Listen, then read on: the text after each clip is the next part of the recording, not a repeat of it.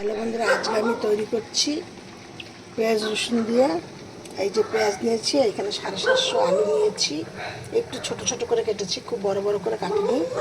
এই যে এইখানে নিয়েছি জিরে, তেজপাতা, শুকনো লঙ্কা, এইখানে নিয়েছি দারচিনি, এইখানে নিয়েছি এলাচ গুঁড়ো করে, এই যে, আর এখানে নিয়েছি রসুন, 7-8টা দানা রসুন।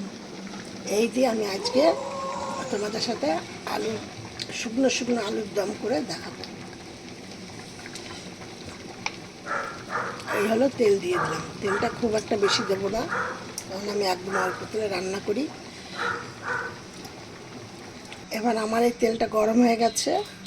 এবার আমি এর মধ্যে এই যে তেজপাতা, শুকনো লঙ্কা আর কিছুটা সাদা জিরে ফোড়নে দিয়ে দিলাম। এবার এর মধ্যে আমি দিচ্ছি হলো তোমাদের 2টো এলাচ থেতো করে, আর দিচ্ছি একটা মিনিমাম একটা দারচিনি 4 টুকরো করে, দেখেছো?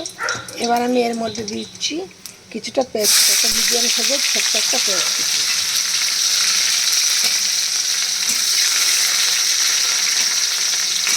এবার আমি এর মধ্যে দিচ্ছি এই 5-6টা রসুন দানা থেতো করে। হ্যালো বন্ধুরা, এখন দেখো এই যে পেঁয়াজটা রসুনটা একটুখানি হালকা ভাজা ভাজা হয়ে এসছে। এবার এর মধ্যে আমি দিয়ে দিলাম এই আলুগুলো সব ধুয়ে নিয়ে জল করা আছে, ঝরানো আছে। এবার আমি দিয়ে দিচ্ছি আলুগুলো।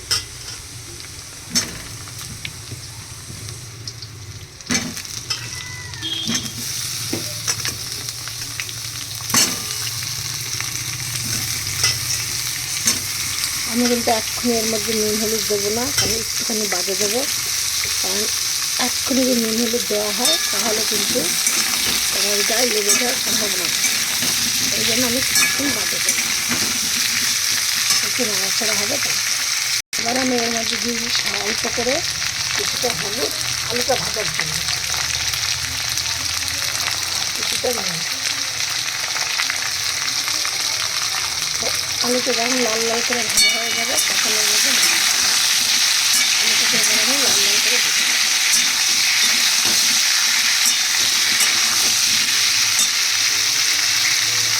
এবার দেখো আমি এর মধ্যে 4টে কাঁচা লঙ্কা ভেঙে দিয়ে দিচ্ছি, কাঁচা লঙ্কা, পাকা লঙ্কা।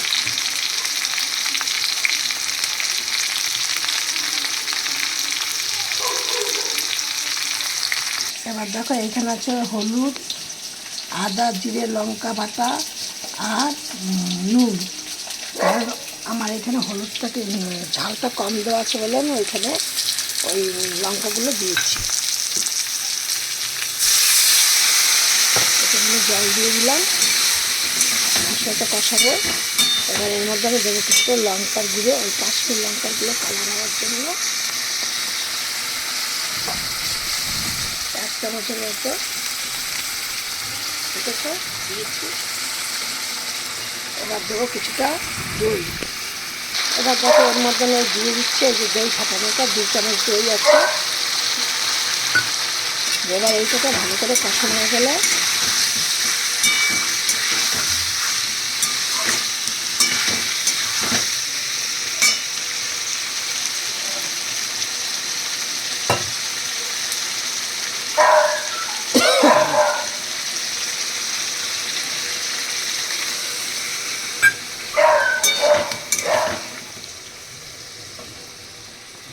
দেখ আমার হনুমান চলে আসছে।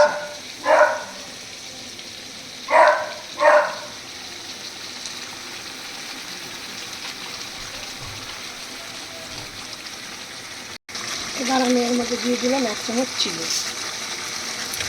শুধু কালারটা দেখো কেমন এসছে, আর কিন্তু আমি জল ফল কিছু দেবো না, আমার এই কিন্তু হয়ে গেছে। এই দেখ আলুও সেদ্ধ হয়ে গেছে, এই দেখ আলু সেদ্ধ হয়ে গেছে। এবার এটার মধ্যে দিয়ে দিচ্ছি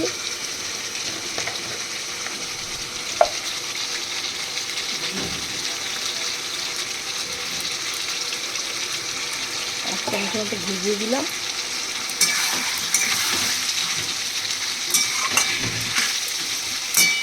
কালারটা কেমন এসছে শুধু তোমরা বলো, জিনিসটা দেখতে কেমন হয়েছে। আমার কিন্তু আলুর দমটা হয়ে গেছে। আমি আজকে এইটা আমি কেন এরকম শুকনো শুকনো করছি, এটা গোবিন্দভোগ চাল দিয়ে আর হলো গিয়ে মুসুর ডাল দিয়ে খিচুড়ি রান্না করেছি। এই খিচুড়ি দিয়ে এইটা দিয়ে আমাদের খাওয়া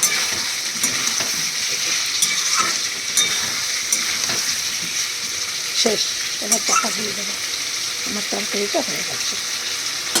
কালারটা কেমন এসছে তোমরা বলো। আমার এই ভিডিওটি আমি চম্পা রেসিপি